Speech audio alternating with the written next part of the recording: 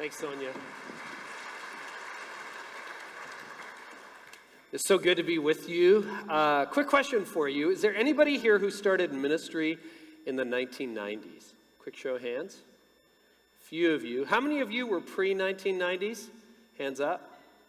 Great. Anybody start last year? I'm so sorry.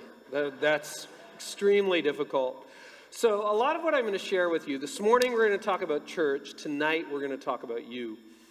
But when I talk about church and I share some church trends that I've got my finger on, it's probably going to sound disconcerting, upsetting, strange, easy to dismiss. But for those of us who started in the 1990s, I mean, my goodness, could you imagine we would be here in 2022? For those of you who started earlier, could you imagine that we'd be here? I remember I started in very small churches. How many of you are part of a church or lead a church of under 100 people? Hands up. So you're like, what you got for small churches? So let me go back to 1995. I never thought I would be a pastor. A lot of us get into ministry because God gets a hold of our life. I grew up in a Christian home, but when I was 8, I decided I wanted to be a lawyer. So you have to be a pretty messed up kid to want to be a lawyer when you're 8 years old. But like I had some issues and I decided I wanted to go to law school. Had a few left turns and right turns, but got into the law school of my dreams. And in the middle of between first year and second year, I started to have some experiences of God, like strange things. And listen, some of you may be charismatic. I'm not charismatic. I'm a former Presbyterian and a former lawyer. I haven't felt my heart in years, okay? So it's like there's no emotion here at all. But I was going to go on with my life and become a lawyer and a Christian lawyer and try to figure that oxymoron out.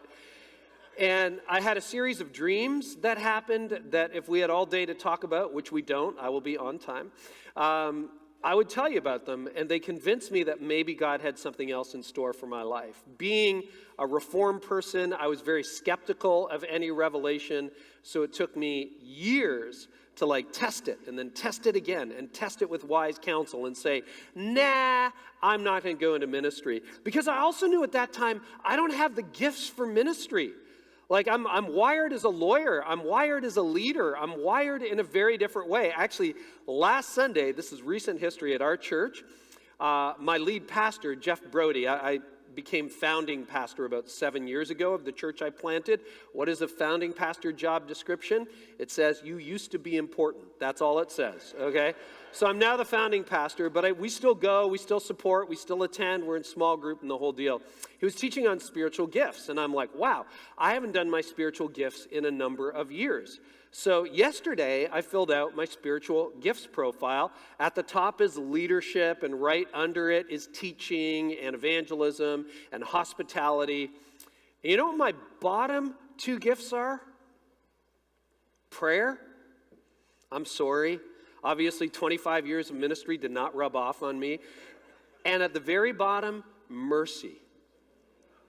The very bottom. Now, you might think those are terrible gifts for a pastor, but I don't care, obviously, right? Because that's how I'm wired. I don't care what you think of me. It's fine. So I'm like, I knew this in the 1990s. I'm like, I do not have the gift set for ministry. I don't have the skill set. But God, I felt, kept calling me. And again, reformed enough to believe that God confirms your calling in the people around you. So I went out of obedience, and I thought, well, because I don't have a congregational profile, maybe I'll teach in a seminary. But there were these 3 little churches about an hour north of Toronto. I always say I'm from Toronto, but I'm an hour north from Toronto, because if I told you where I lived, nobody's ever heard of it, including people from Toronto. And it's this little community called Oro-Medonte, O-R-O-Medonte. I won't spell it all out. And I was called to 3 small rural churches as a student. Now, that didn't mean I did student ministry. It meant I did the work of a senior pastor, but was paid at student rates. You know how that works in the church, right? And they hadn't had a full-time pastor in 40 years. So I started there in 95. The last full-time ordained pastor they had was in 1957. I wasn't even born. My parents hadn't met. My dad was still living in Holland at the time. So I come along as this kid, and you think you're part of a small church. So I would do the circuit on a Sunday morning. Do you have multi-point charges here? Where it's like churches that can't afford to have a pastor of their own band together, and then you do the circuit on Sunday morning. So there were 3 of them that did that. The first church had an average attendance of 6. So like right there in that front row. When my wife and young son and I moved up from Toronto, it was incredible. We grew the church by 50% in the first month. Front cover of Outreach magazine. It was, we had leaders calling from around the world. How did you do that? Anyway, so 6 people at the first church. Second church had an average attendance of 14. And the mega church had an average attendance of 23. And they hadn't grown in decades. In fact, I was their lifeline. It's like, if you don't work, it's lights out and everybody go home. And so what I'm sharing with you comes out of that experience, because it's going to be so easy to discount what I'm going to tell you. But I kind of realized what was wrong with those churches was not the mission. There were still people who loved Jesus. There were still people who wanted to create a church, but the average age, I was 30 at the time when I came up there, the average age of people in the church was about 70. So some of you can relate to that in your congregation, and the lights were going out. And I mean, it's not like they were drowning in resources. Nobody had an endowment. We got one, but that was after I came. I mean, the budget of Guthrie Church, the small one, was $4,000 for the year. For the year. So, that lot of ministry move, really smart financial decision. Really, really smart financial decision. So we went up, we followed the call, and almost immediately we started to grow, because I just started preaching the gospel and people started to show up. But then I said, hey, these younger adults, like people my age, 30 at the time, they don't like the way we do church. They're enduring it, they're not enjoying it. So I have the privilege of leading an incredible congregation for 20 years who sacrificed again and again, and they changed the methods to support the mission.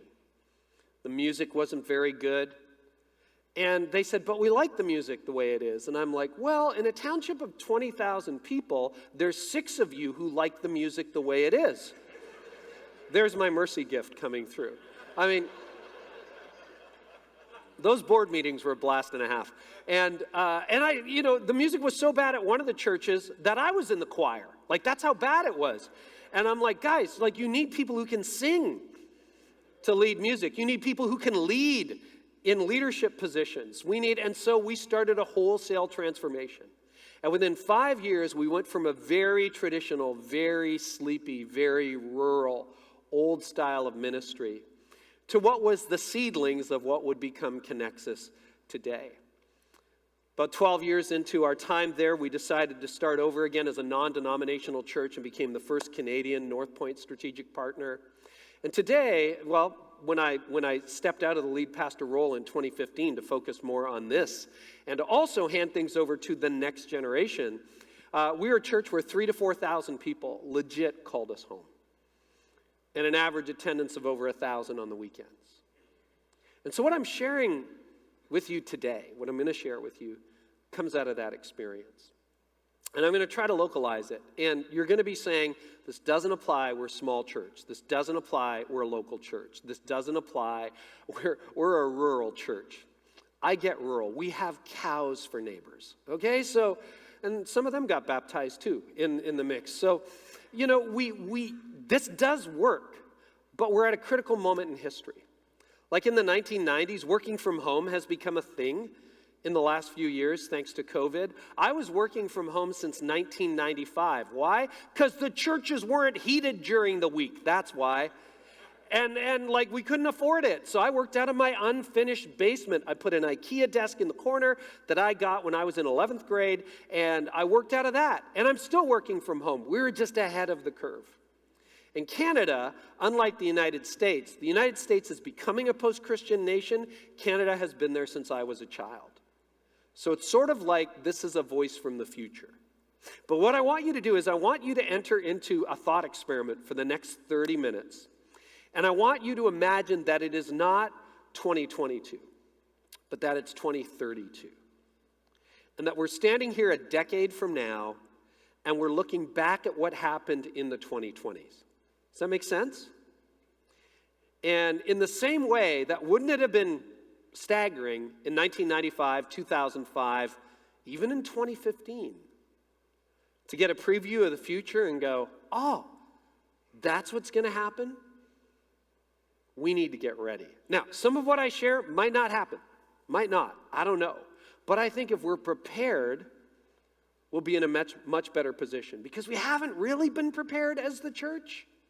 And if you look at the Pew Research and the Barna stats and the Lifeway stats, what's happened during our lifetime, the church has gone, that's what's happened. And the local church attendance, for the most part, has gone like that.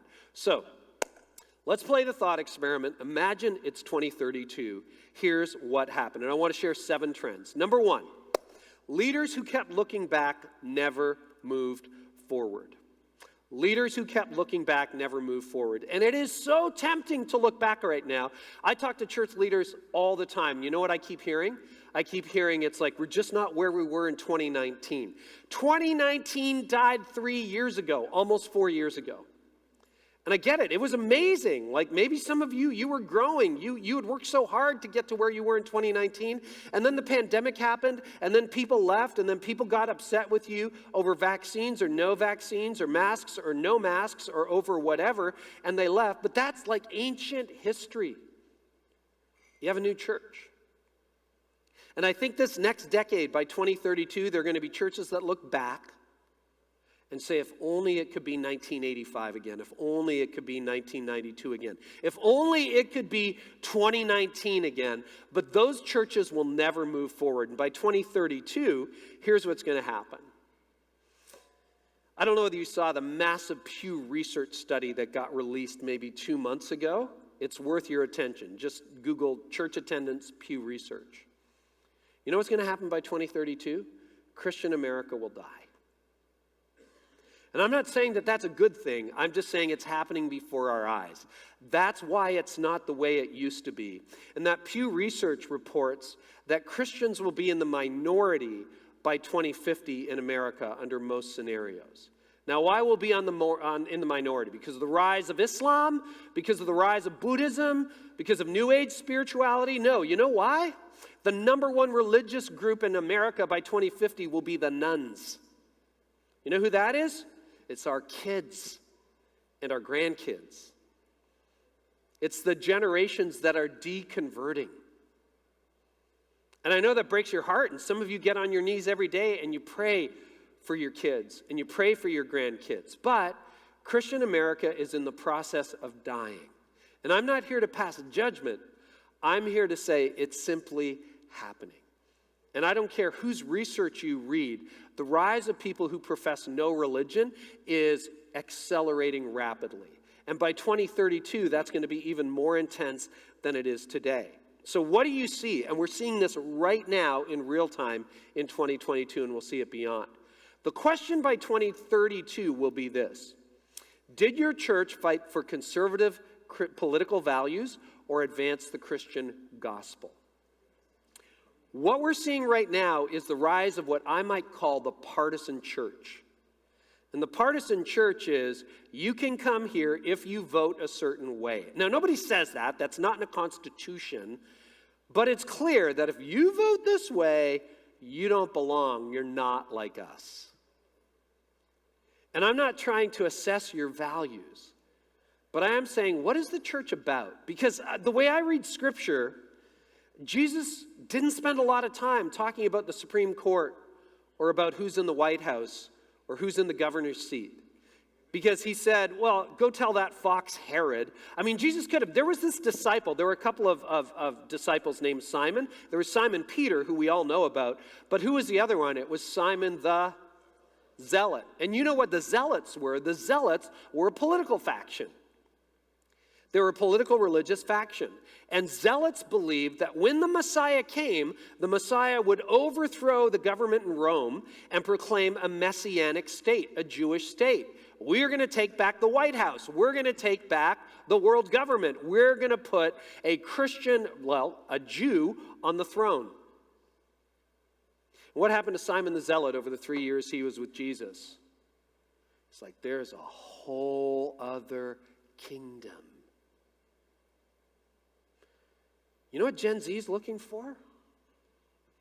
A whole other kingdom. You know what millennials are looking for? A whole other kingdom. Because whoever wins, you got to admit, it's hard.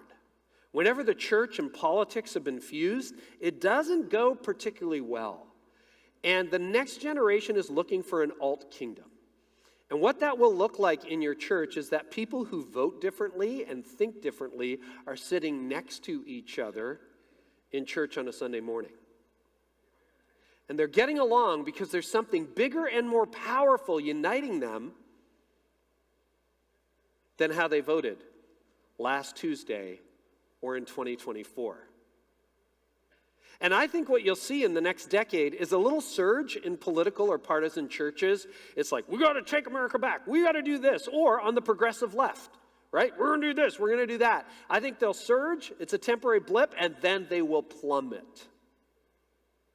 But by 2032, there will be a church that emerges that is nonpartisan, bipartisan, multi-partisan, aligned and allied with a different king whose name is Jesus.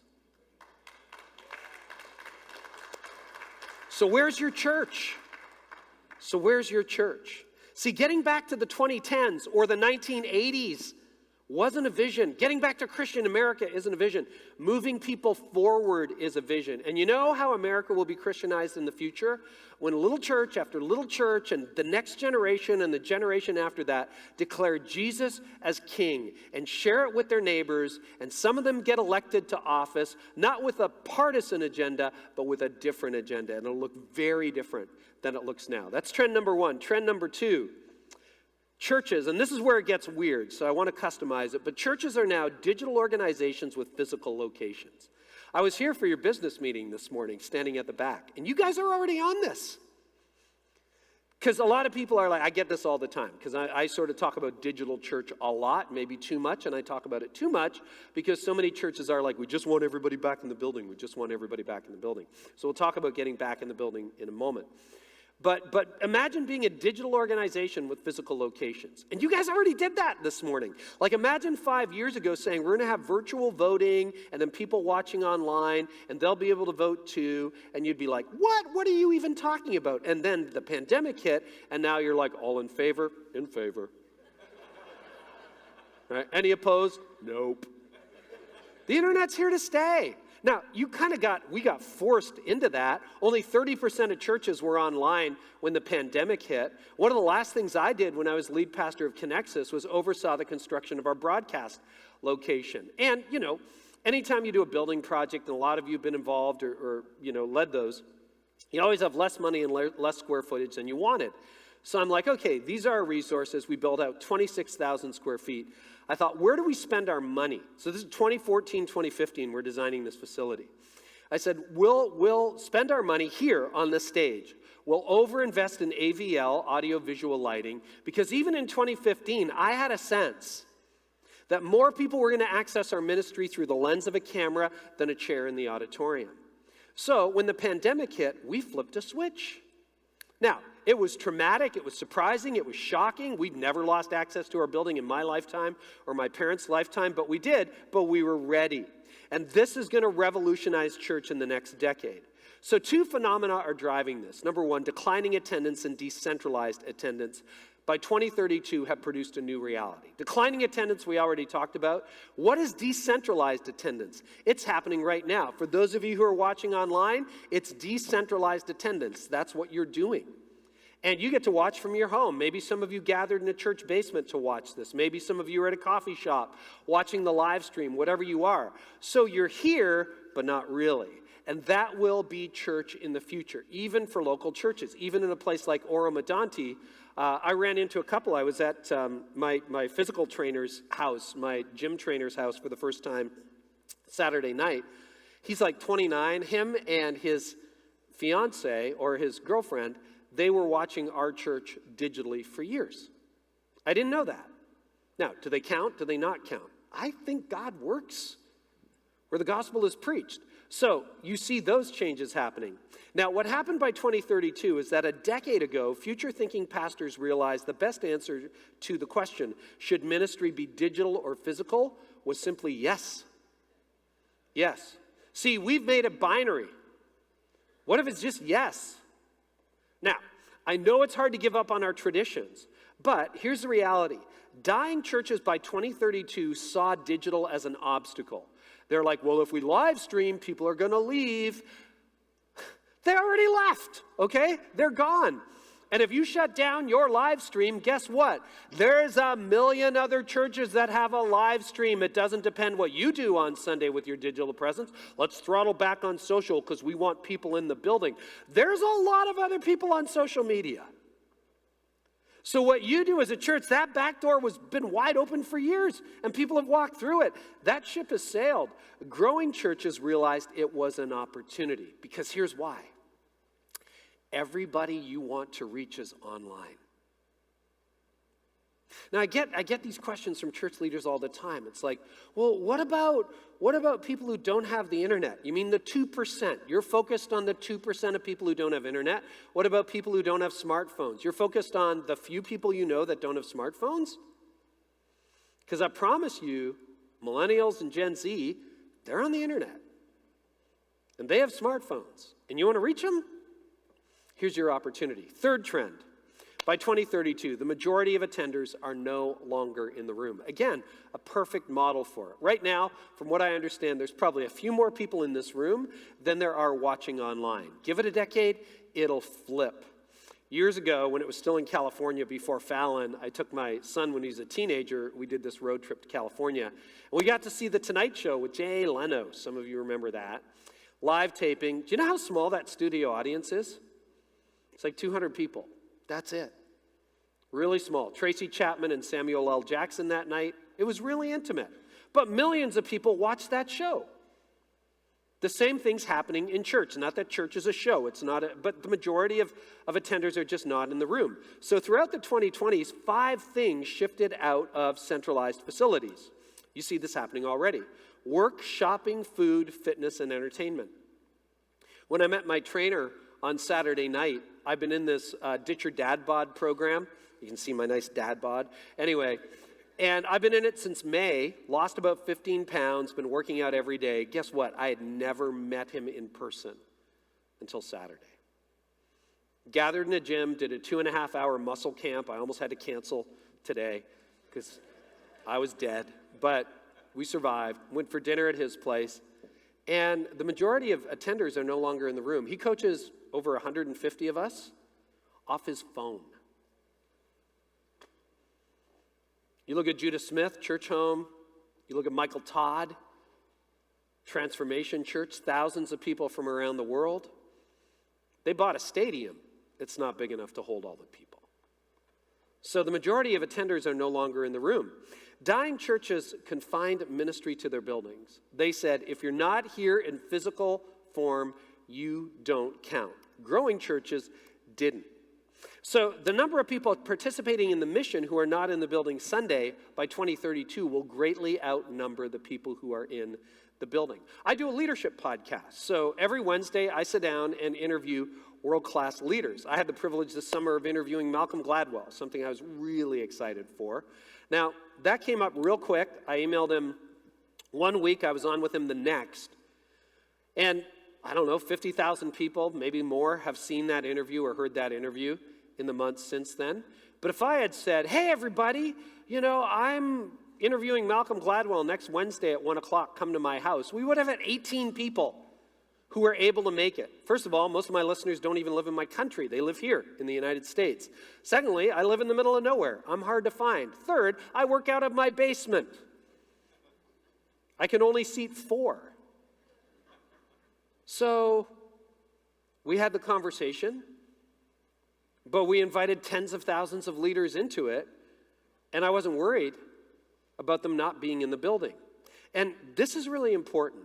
Full rooms never guaranteed a fulfilled mission anyway. I remember pre-COVID, I would preach some Sundays, and you always hope you're going to fill the seats. And occasionally we would fill the seats, and sometimes we would overfill the seats. And then we'd set up overflow, and then overflow would be full. And then we had people standing in the lobby. And those days feel good when you're a pastor. Not for good reason, but they feel good. And I would remind myself, and I would remind my team on my good days, this feels awesome right now, but it's not that awesome. Because we can say, this is the finish line. Do you remember when there were 6 people? Look at this. We haven't got room for everybody. There are 300,000 people within a 30-minute drive of our buildings who aren't in church today. A full room is not a fulfilled mission. So if your vision is as big as 75 seats or 200 seats or 500 seats, you need a bigger vision. And besides, who among the whole population likes full rooms? Pastors. We like them. Do you like full rooms? No, you don't. When I go to a movie, I haven't been to a movie in years, other than, my family room. But I don't want to be there on opening night where I have to sit in the front row and crane my neck and go to physio the next day. I don't like that. You know what my ideal scenario for a movie premiere is? Nobody else in the theater and me in the best seat. That's like my ideal thing. You know what I love? Empty flights on airplanes. It's like, great, I can stretch out. It's fantastic. Who likes full rooms? Pastors. And maybe that has something to do with our insecurity. But if you can get over that, and if you can be okay with the fact that the majority of attenders may not be in the room, maybe you got a couple hundred, maybe you got 30, maybe you got 50. But you built that presence. And you're ministering to people where they're at. That's kind of what Jesus did. I mean, he would teach in the temple.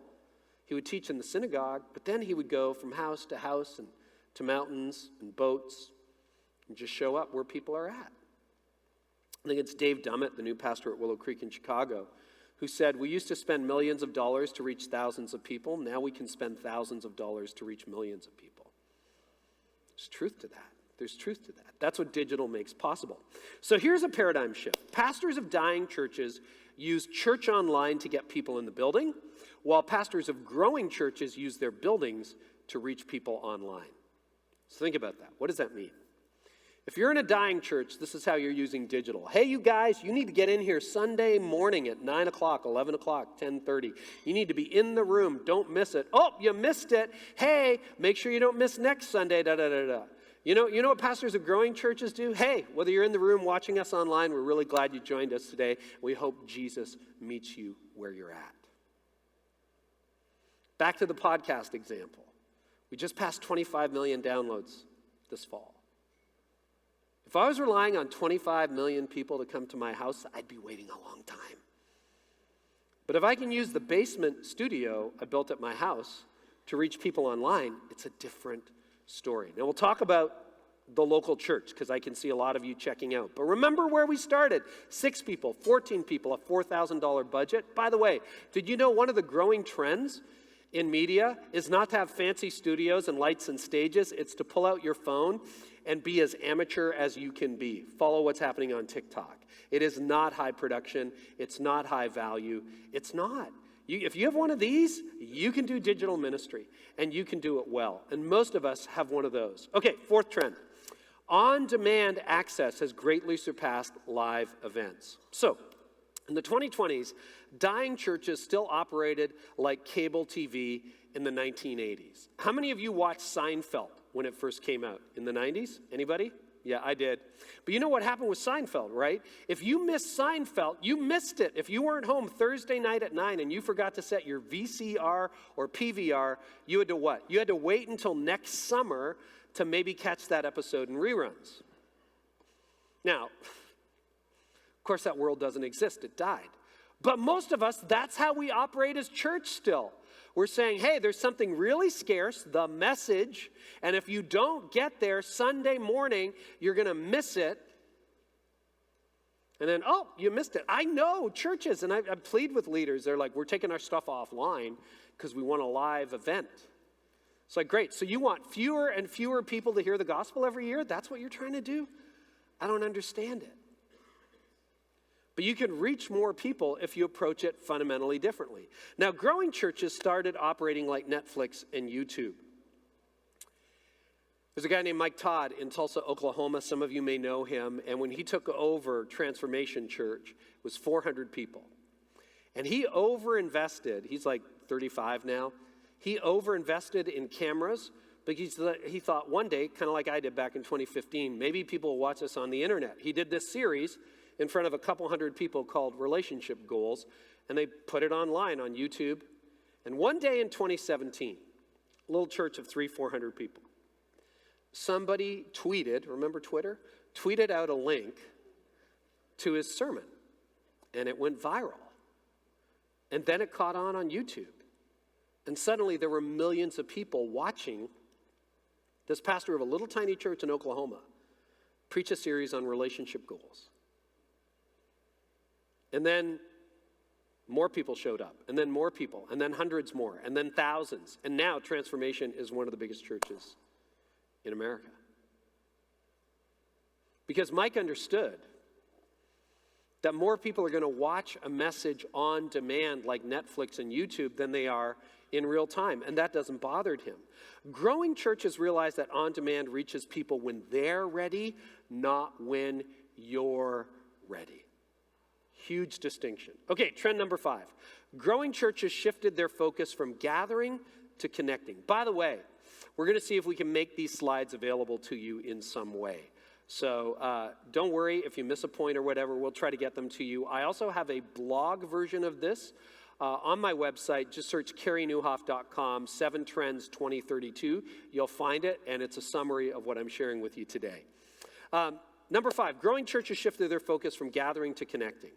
The churches that connected people eclipsed the churches that gathered people. So we have an example from the 1990s and the 2000s with small groups. So I want you to think about it. What we're doing right here is we're gathering on a set time. But there are more people who are associated with the BVAG than are here, or BGAV, sorry, I apologize, than are here in the room, right? We know that. So what is our job as leaders? It's to connect people. It's to say, hey, we got 5 people watching over from this city. You guys should all have coffee together. We got 3 people gathering here. You guys could form a small group. And in the 1990s and the 2000s, that's what small groups started to do to replace Christian education wings, because a model of church still used by some, but not by most growing churches these days, is the Sunday morning marathon where you do your Bible study classes and then worship. What that required was a lot of square footage. So the 1990s shows up and people say, hey, you know what we're going to do?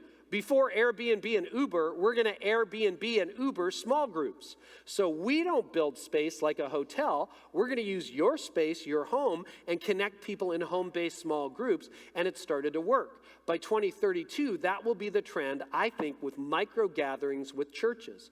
Because I hear from pastors all the time, even average-sized churches who are like, whoa, we have people in England watching now, or we have people in Washington State watching, or people in Texas watching. What do we do with that? Well, if you can find enough geographical density, you connect them. You connect them. And that's what you do with the people who aren't and are in the room, is you connect them. So I think we'll see that. Okay, trend number 6. Community and connection now matters more than content. So growing churches, and I think this is really true, made community and connection the goal, not content consumption. So when I started in 1995, preaching was really different. It was and it wasn't. It wasn't different because it's still the Bible that we're trying to explain for today's world. That hasn't changed. What has changed is if you wanted to hear the message, you had to be there on Sunday or subscribe to our awesome cassette ministry. Remember those? Cassette ministries, which then, thanks to technology, became CD ministries.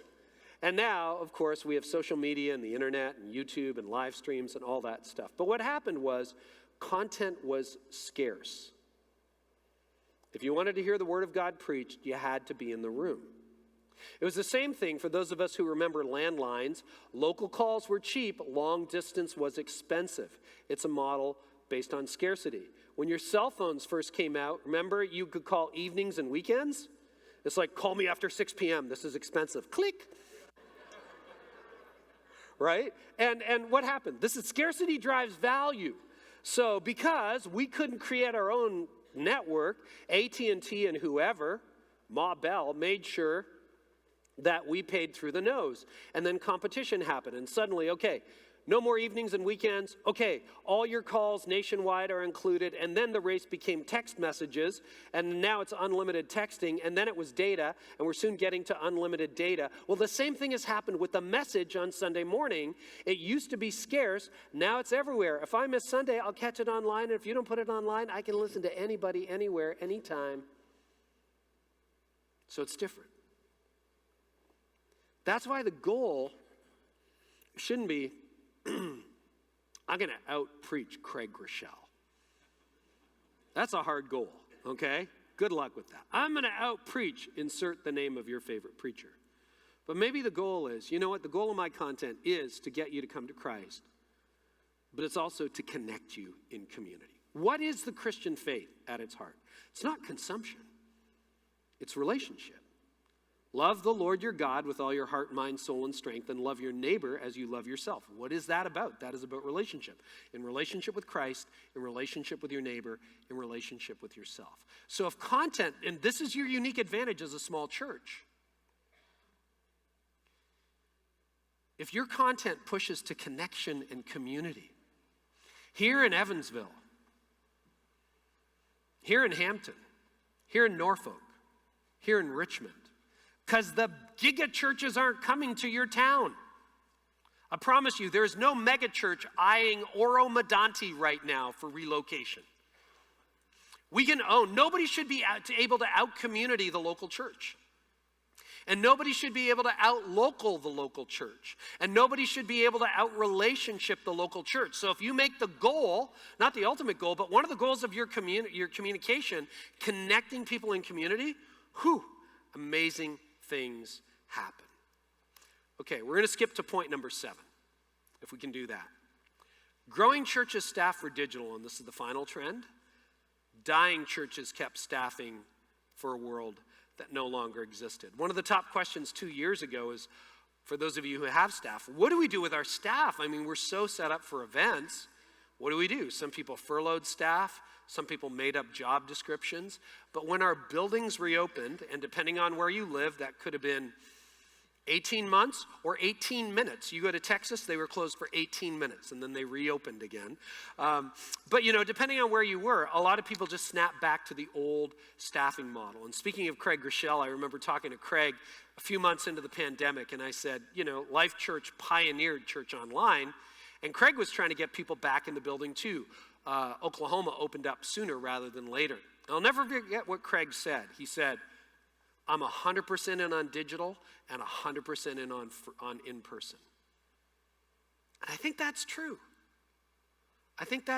Now, digital for you has to scale. You haven't got a big budget, but it can be checking in on Facebook with people to see how they're doing, building a Facebook group for your community, doing just an online prayer thing, or posting something for your community in your community that only you can do as the local church.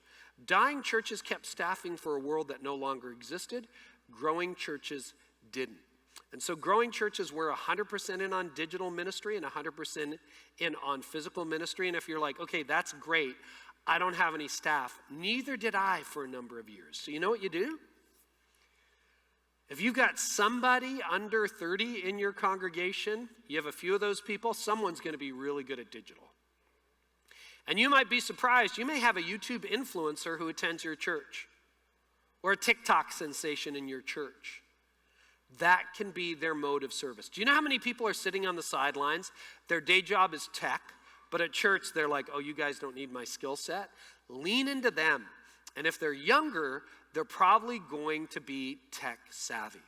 So rather than putting them on a committee or saying hand out bulletins on a Sunday morning and smile, get them involved in the thing that they're really good at, that you're not as good at. Let them be your advisor.